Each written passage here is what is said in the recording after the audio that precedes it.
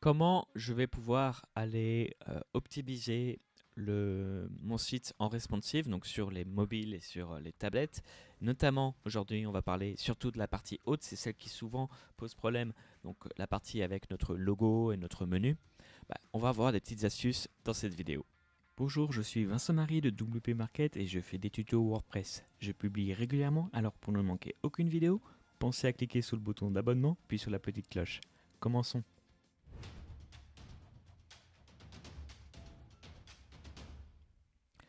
Alors, nous voici du coup sur notre site, donc du coup en partie haute, comme je vous disais.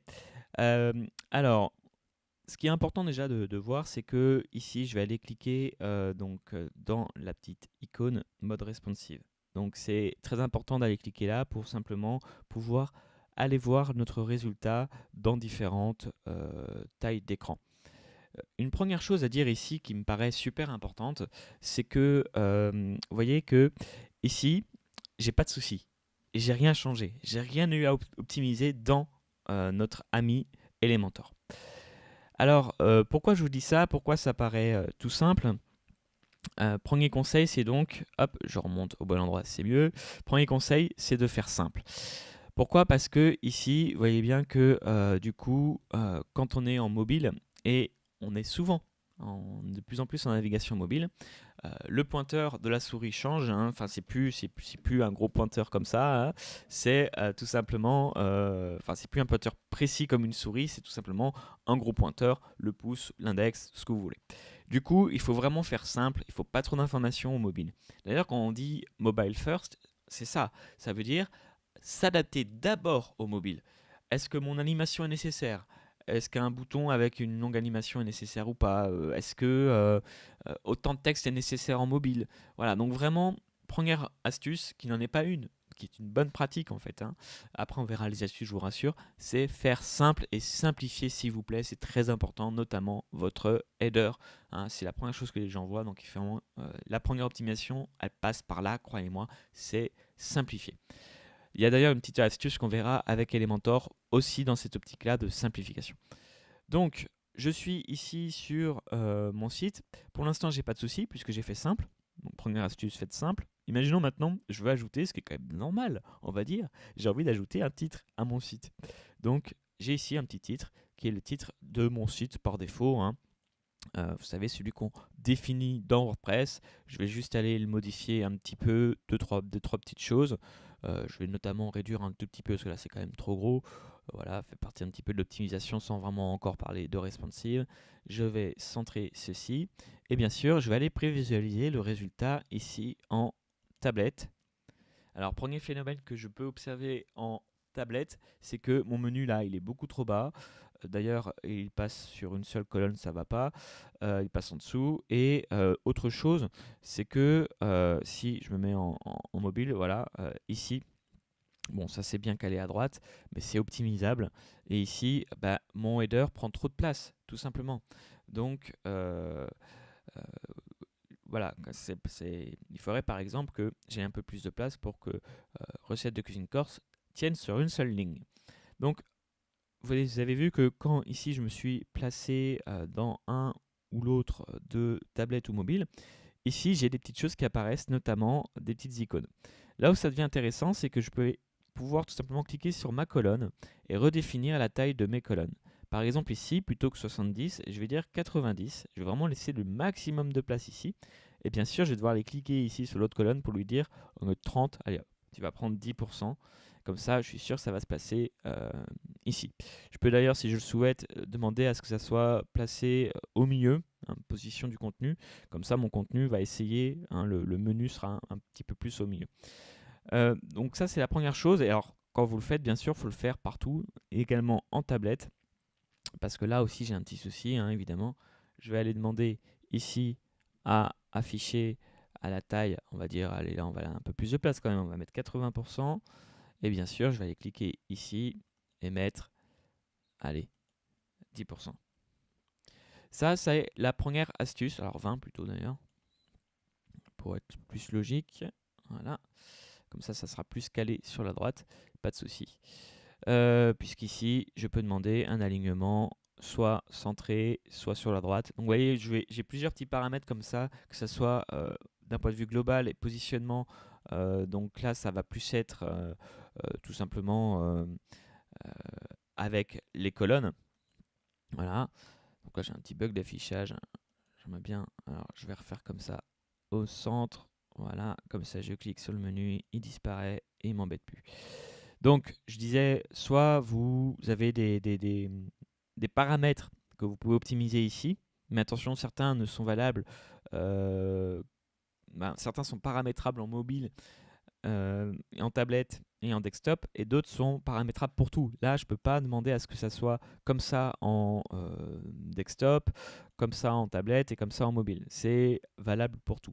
La façon de voir si un paramètre par défaut, vous pouvez le modifier selon les différentes tailles d'écran, c'est tout simplement quand vous avez ces petites icônes-là. Donc là, hop, ça va directement me jouer en mode mobile. Et je sais, ça c'est très intéressant aussi, que je peux demander à avoir une marge différente. Par exemple ici, une marge interne. Alors je vais cliquer, quand vous faites ça, du coup, cliquez sur le petit chaînon ici pour avoir encore plus de latitude, sinon ça va mettre la même marge partout. Donc, là, je vais demander par exemple ici à mettre 10 voilà, de hauteur. Par contre, si je clique ici, je peux mettre 0 ici pour que ça remonte. Et en desktop, voilà, là je vais toucher à rien. Donc j'ai les petits paramètres comme ça. Maintenant, vous vous souvenez, on s'était dit ensemble, c'est très important, n'hésitez pas à simplifier. Donc, qu'est-ce que ça veut dire concrètement? Imaginons que je me remette en mode mobile. Donc ici, je vais aller en mode mobile. Et je trouve quand même que ça prend un peu trop de place, mine de rien. Qu'est-ce que je peux faire? Eh bien, regardez bien. Si je vais aller cliquer du coup sur le crayon, uniquement le crayon pour cette option-là, je vais dans Avancer. Et dans Avancer, j'ai quelque chose qui s'appelle Responsive. Et là, qu'est-ce que j'ai de quoi je peux profiter? Je peux profiter du fait de demander à masquer ceci en mobile. Alors là, la prévisualisation ne marche pas toujours, parce que Elementor estime que vous devez quand même avoir accès à tout. Donc, pouvoir cliquer sur les différents éléments. Donc, par contre, est-ce qu'en version... Voilà, vous voyez, si je clique et je demande à prévisualiser avec ces flèches-là, ça disparaît. Sinon, vous l'ouvrez tout simplement dans une nouvelle fenêtre. Donc là, vous voyez, ça me permet de tester. Ça me permet de voir que, par exemple, du coup, si ça, en effet, ça disparaît en mobile, pourquoi pas ici, soit je redemande... alors... Soit je replace mise en page horizontale, ça me va très bien. Positionnement principal. Alors, c'était le petit bouton là. Non, c'était la colonne qu'il fallait sélectionner. Voilà. Sur la colonne, je vais demander un placement par défaut ou en haut. Voilà. Comme ça, vu que de toute façon en bas ça disparaît, c'est un petit peu plus centré. Et alors là, pareil, du coup, j'ai quand même une petite chose qui me convient pas trop là. J'ai mon menu, donc mon logo est toujours affiché petit, mais il est un petit peu trop haut. C'est pas grave. Je vais demander ici toujours sur le petit crayon à aller dans Avancer.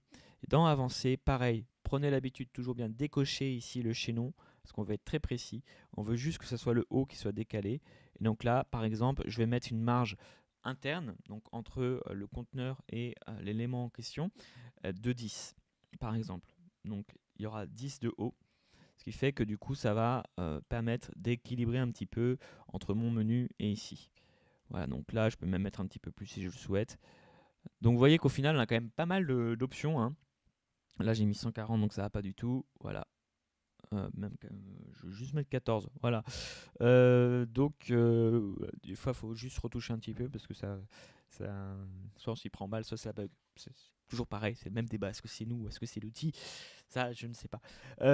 Évidemment, ça dépend si vous êtes de mauvaise foi ou pas. Bon, quoi qu'il en soit, sachez une chose qui est importante.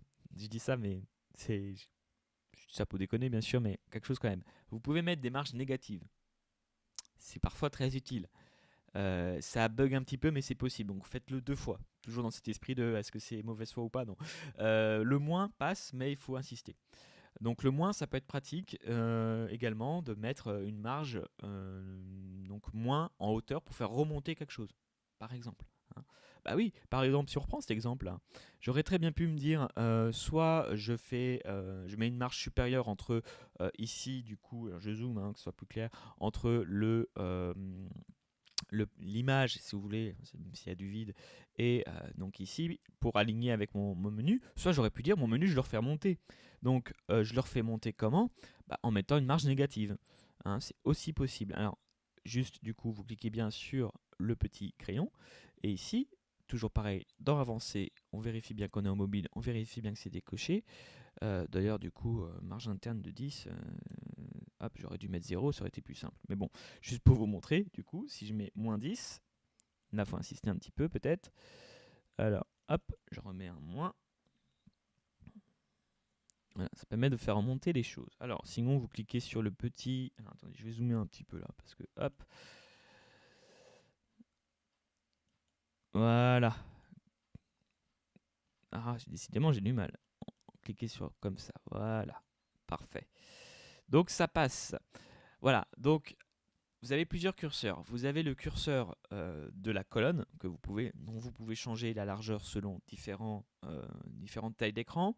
Vous avez un autre paramètre qui est est-ce que j'affiche ou pas en mobile. Donc ça, vous cliquez bien sur le crayon et dans Responsive, dans l'onglet avancé, vous pouvez aller masquer en tablette et ou en desktop ou même en mobile. Les trois, bon, c'est un petit peu idiot les trois, mais en tout cas l'un des trois ou les deux. Et pareil, vous avez les marges, donc vous pouvez modifier quand même aussi là pas mal de choses, parce que vous allez pouvoir très finement, donc tablette, mobile ou desktop, pour chacun de ces trois types d'écran, vous allez pouvoir définir ici des marges différentes. Et également, n'oubliez pas, en décochant ici sur mon petit chaînon, je vais pouvoir aller modifier cette fois vraiment le haut, le bas, la gauche ou la droite, que ce soit pour des marges internes ou des marges extérieures. Voilà un petit peu ce que je pouvais vous dire concernant le responsive et comment je vais pouvoir améliorer du coup le header de mon site. Il y a encore d'autres astuces, elles sont peut-être plus avancées, on verra ça si vous le voulez. Peut-être dans une autre vidéo, mais voilà déjà la base pour vraiment gérer plus finement, c'est tout simplement comment je vais afficher mon site sur différentes tailles d'écran. Ça me paraît important de rappeler quand même, que c'est important de faire simple, hein, que cette option de cacher les choses en desktop, en tablette, en mobile, c'est pas la panacée, tout simplement parce que ça existe quand même, c'est juste que c'est caché en CSS, mais ça sera chargé dans votre page. Attention, d'où l'idée toujours, même si ça paraît très simple, très basique, de dire faites le minimum. Hein. Vraiment, qu'est-ce qui est important dans ma page? C'est d'abord ça, la première optimisation. Ce que je vous ai montré ensuite, c'est des outils, mais le plus simple, ça reste de faire le tri, vous, qu'est-ce qui est indispensable en mobile, et je l'affiche sur mon site dans ce cas-là. Voilà, j'espère que cette vidéo vous aura plu. Si vous avez des questions, c'est toujours pareil, vous pouvez les poser dans le lien qui est dans la description. Et moi, je vous dis à très bientôt pour une prochaine vidéo. Ciao!